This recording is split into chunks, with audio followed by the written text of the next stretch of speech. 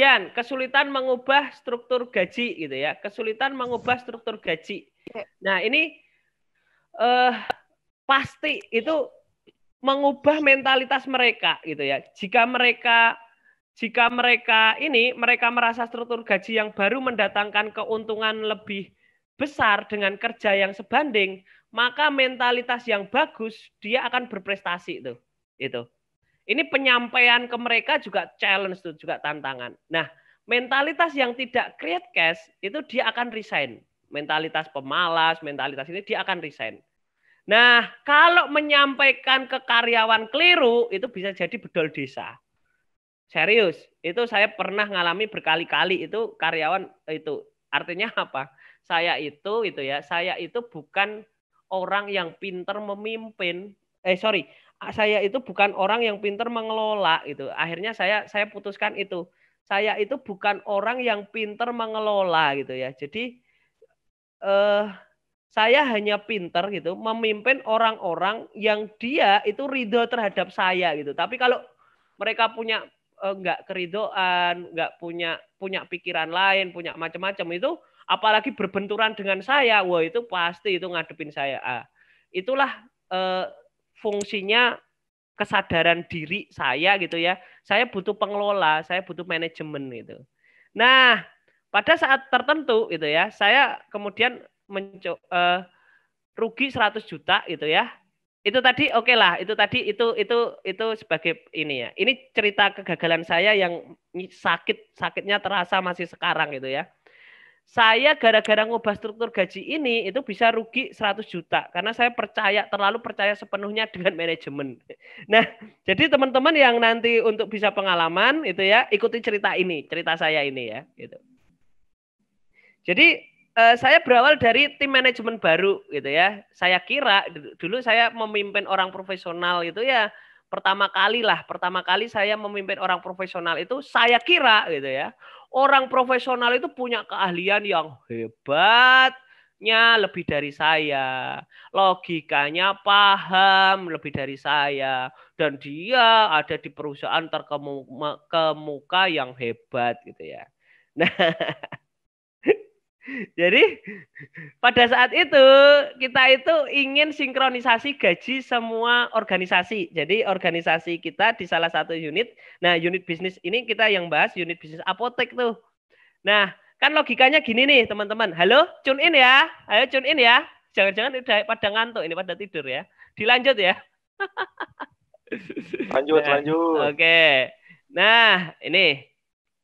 Nah, manajer unit bisnis kan harusnya gini nih. Manajer unit bisnis misalnya saya punya supervisor outlet 1 karyawannya jumlahnya 20, supervisor 2 karyawannya jumlahnya 10 misalnya ya. Itu maka manajer unit bisnis misalnya itu saya minta omset awal 70 juta gitu ya, naik menjadi 1 miliar gitu ya. Maka kan harusnya supervisor outlet 1 yang omsetnya awalnya 400 juta, maka gimana caranya menjadi 600 juta.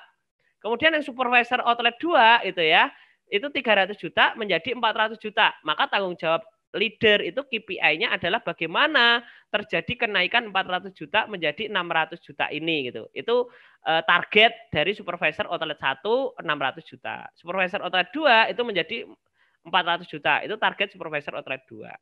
Nah, kru outlet misalnya 20 orang, maka 20 juta per orang menjadi 30 juta per orang itu ya. Jadi target omset masing-masing kru outlet itu sehingga masing-masing kru outlet itu punya target setiap bulannya dia harus closing 20 juta menjadi 30 juta. Kalau yang outlet 2 itu dari 30 juta per karyawan itu menjadi 40 juta. Per hari target omsetnya itu berarti kan kalau dibagi 26 hari 800.000 gitu ya. 800.000 gitu ya. Nah, menjadi per hari target omsetnya 1,2 juta atau target omset tetap 800.000 dengan kita nambah orang gitu ya. Itu kan pilihannya itu gitu ya. Pilihannya adalah naikkan target. Kalau misalnya target omset per orangnya masih mampu ya harusnya naikkan target gitu, nggak perlu nambah orang gitu kan. Nah, Yang outlet 2 itu misalnya ya, ini saya keliru di outlet 1 sesungguhnya ngasih contohnya terlalu kecil gitu ya. Nah, per hari target omsetnya 3 juta. Di tempat saya sekarang 2,7 itu. Menjadi per hari target omsetnya 4 juta itu, atau target omset tetap 3 juta dengan kita nambah orang. Nah, itu keputusannya nanti bisa diputuskan Anda melihat overload belum satu anak ini, udah sibuk belum gitu. Nah, maka biaya gaji gitu ya, itu kan kami mematok itu 5-6% dibandingkan omset. Untuk outlet baru nggak bisa kalau teman-teman mau mematok ini gitu ya, apalagi omsetnya di bawah 100 juta itu belum bisa itu ya. Paling mematok ini bisa ini. Berarti iya Bu Dokter, tiap karyawan dikasih target penjualan Bu Dokter titik. Nah, kalau biaya gaji itu 5% omset, itu kan berarti 20 juta di omset 400 juta. Itu menjadi 30 juta di omset 600 juta. Itu ya. Kalau yang outlet 2 gitu ya, di outlet 2 gitu ya, ini 15 juta di omset 300 juta menjadi 20 juta di 400 juta gitu ya. Nah, maka kemudian saya minta gitu ya, untuk ubah KPI gitu ya, untuk ubah KPI dari kinerja menjadi kinerja aktivitas menjadi kinerja keuangan.